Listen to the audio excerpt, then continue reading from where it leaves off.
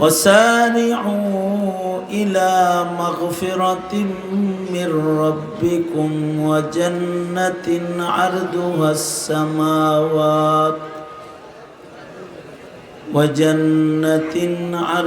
السماوات والأرض أعدت للمتقين. وقال النبي صلى الله عليه وسلم أعدت للمتقين ما لا عين رأت ولا أذن سمعت ولا خطر على قلب بشر أو كما قال عليه الصلاة والسلام.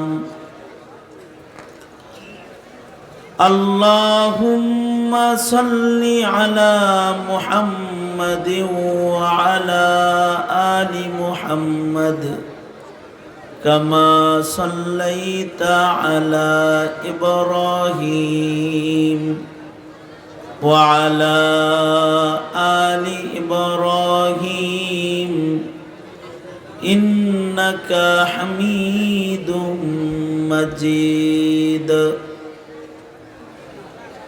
اللهم بارك على محمد وعلى آل محمد كما باركت على إبراهيم وعلى آل إبراهيم إنك حميد مجيد. রামপুর হুজুর রহমতুল্লাহ আলাইহি প্রতিষ্ঠিত ঐতিহাসিক 3 দিন ব্যাপী বাৎসরিক হালকায় জিকির ও ওয়াজ মাহফিলের আজকের আখিরি রজনী, মহতারাম সভাপতি, উপস্থিত হযরত বুজুর্গ উলামায়ে কেরাম, সম্মুখপানে সমবেত দিন প্রিয়, ইসলাম প্রিয়, দিনদার ইমানদার মুমিন মুসলমান ভাইরা, পর্দার আড়াল থেকে আলোচনায় শামিল মা বোনেরা, বিশ্বজগতের মালিক, বিশ্ব প্রতিপালকের বিশ্ব দরবারে কালিমাতুর শকর যে মহান রব্বুল আলামিন অত্যন্ত দয়া পরবর্ষে করুণার আবরণে ঢেকে জালিসুর রহমান বেহেশতের টুকরা বাগান জান্নাতের বাগবাগিচার মধ্যে ওলামাদের সোহবতে দাওয়াত ও তাবলীগের নিসবতে আল্লাহ তাআলা আশার বসার শামিল হওয়ার তৌফিক দান করেছেন। কালিমাতুর শুকর পড়ি, শুকরিয়া আদায় করি, জবান ছেড়ে মোহাব্বতে ভক্তি ভরে সমস্বরে আওয়াজ করে সকলে বলুন আলহামদুলিল্লাহ। 3 দিন ধরে ওলামা হযরতগণ গুরুত্বপূর্ণ নসিহত করেছেন, আরও করবেন। আমি আপনাদের সামনে বরকতের নিয়তে সূরা আলে ইমরান থেকে 133 নম্বর আয়াত আপনাদের সামনে তেলাওয়াত করেছি, নবী পাকের হাদিস পেশ করেছি। এগুলোকে সামনে করে কিছু কথা আপনাদের সামনে বলবার ইরাদা রাখি। আল্লাহ তাআলা কিছু উপকারী কথা আপনাদের কানে পৌঁছানোর তৌফিক দান করেন। আপনারা দোয়া করুন, বলুন আমিন। এই পৃথিবীতে যত মানুষ আছে সব মানুষের মেহনত 2 প্রকার। এক প্রকারের মানুষ তাদের জিন্দেগির মেহনতের মাধ্যমে তাদের আখিরাতের সুখের বাসস্থানকে নিশ্চিত করে, আর আরেক প্রকারের মানুষ আছে যারা জান্নাতের সুখের বাসস্থান থেকে গাফেল হয়, মন চাই জীবনকে তারা গ্রহণ করে, জান্নাত থেকে তারা গাফেল থাকে, আগুনের দিকে তারা নিজেকে ধাবিত করে, দোজখের দিকে নিজেদেরকে অগ্রসর করে। সকল মানুষ তাদের জিন্দেগির মেহনতের কারণে 2 ভাগ হয়ে যাবে। এক ভাগ মানুষ আল্লাহ পাকের জান্নাতে আল্লাহর কাছে আল্লাহর মেহমান হয়ে জান্নাতে চিরদিনের জন্য প্রবেশ করবে জান্নাতের বাগানে। আর আরেক দল মানুষ তাদের গাফলাত এবং তাদের জিন্দেগির কুকর্ম, গুনাহ, পাপাচার, এগুলোর কারণে তারা দোজখের আগুনে নিক্ষিপ্ত হবে। আগুন হবে তাদের ঠিকানা, জান্নাত তারা পাবে না। যদি কেউ জান্নাতে যেতে চায় তাহলে তাকে শুধু ঈমানদার হইলেই চলে না, তাকে মুত্তাকি মুমিন হতে হয়। কারণ হলো মুমিন যারা গুনাহগার, যারা পাপাচারে অভ্যস্ত, ঈমান আছে কিন্তু তারা পাপকর্ম সম্পাদনকারী, এদেরকেও দোজখের আগুনে আল্লাহ তাআলা ফেলবেন।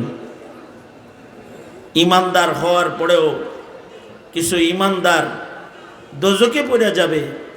তাদের জিন্দগির তহারাত, তাদের জিন্দগির পাকিজগি হালাত, তাদের জিন্দগির তাকওয়া, পরহেজগারির অভাবের কারণে। কারণ জান্নাতে ন্যূনতম গুনাহের ময়লা সহ আবর্জনা সহ প্রবেশ করা সম্ভব নয়। কেউ যদি জান্নাতে যেতে চায় তাহলে জান্নাত পবিত্র জায়গা।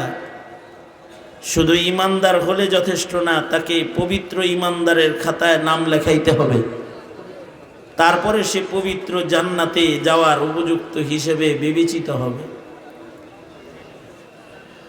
অনেক মানুষ মনে করে আমি মুসলমানের ঘরে জন্ম, আমি ঈমানদার, আমি জান্নাতে যাব না। তো জান্নাত দিবে কারে? আল্লাহ।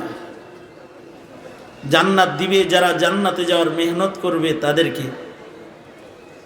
হায়াতের মূল্যবান সময় গাফলাতে কাটায়া জান্নাতের কল্পনা করা, সরাসরি জান্নাতে ঢুকার কল্পনা করা, এটা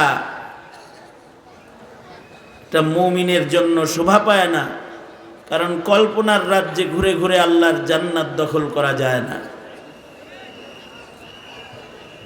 আপনারা আমার সামনে যারা আছেন, আপনারা মেহেরবানি করে যদি একটু আমার দিকে তাওয়াজ্জুহ এই দিকে রাখেন, তাহলে আমি কিছু কথা বলবো। তাছাড়া দাওয়াত পেয়েছিলাম, আসছি, চলে যাব। বড় সম্মেলন, বরকত আমার নেওয়া দরকার, আপনাদের বরকত দেওয়ার দরকার আমার নাই। বড়দের জায়গা, আমি বরকত নিতে আসছি, হাজিরা দিছি, আমি বরকতের ভাগিদার হয়ে গেছি। যদি আমার কাছ থেকে কিছু আপনাদের নিতে হয় আর আমারে দিয়ে কিছু বলাইতে হয়, তাহলে আওয়াজ বন্ধ করে আপনাদেরকে এই দিকে তাওয়াজ্জুহ এই দিকে আনতে হবে। সবাই দোনো হাত উপরে তোলেন, দোনো হাত উপরে তোলেন, জবান খুলে আওয়াজ করে বলেন সুবহানাল্লাহ। আপনাদের আওয়াজে যেন বাকি সকল আওয়াজ বন্ধ হয়ে যায়, এমন একটা আওয়াজ দেন। বলেন সুবহানাল্লাহ, আলহামদুলিল্লাহ, লা ইলাহা ইল্লাল্লাহ, আল্লাহু আকবার। আল্লাহু আকবার যত জোরে হবে শয়তান তত দূরে যাবে। আল্লাহু আকবার। আল্লাহু আকবার যত বুলন্দ হবে ঈমান তত বেড়ে যাবে। আল্লাহু আকবার। আল্লাহু আকবারের শব্দটা জোরে বলাই সুন্নাত। আল্লাহু আকবার। নাড়াচাড়া দেন, হাত নামান, আবার উঠান, আবার নামান, এক হাত উঠান, নামান। এই হাত উঠানি নামানিটা যতটা গুরুত্বপূর্ণ, তার চাইতে বেশি গুরুত্বপূর্ণ হইল এই কথা যেগুলো বলতেছি সেগুলো, ওইগুলো শোনা জরুরি বেশি। আপনারা যেমন আমার এই আধা মিনিট 1 মিনিট যেটা আপনাদের সাথে আমি আচরণ করলাম, আমার দিকে যেমন ছিলেন, যে কয়টা কথা আল্লাহ তাআলা বলায় এই দিকে থাকলে কথাগুলো অনেক দিন স্মরণ থাকবে, খেয়াল করে শুনলে। আর এই কথাগুলো আপনার চলার পথে আপনাকে সাহায্য করবে ইনশাআল্লাহ। তো এই দিকে তাওয়াজ্জুহ, এই দিকে। তো আমার যেটা বক্তব্য সেটা হলো এই জান্নাতে নাপাক সহ প্রবেশ করা সম্ভব? জান্নাত পবিত্র জায়গা না অপবিত্র জায়গা? জান্নাত পবিত্র জায়গা। জান্নাতের ভেতরে অপবিত্র মানুষ যাবে না পবিত্র মানুষ যাবে? আল্লাহ তাআলা পাক,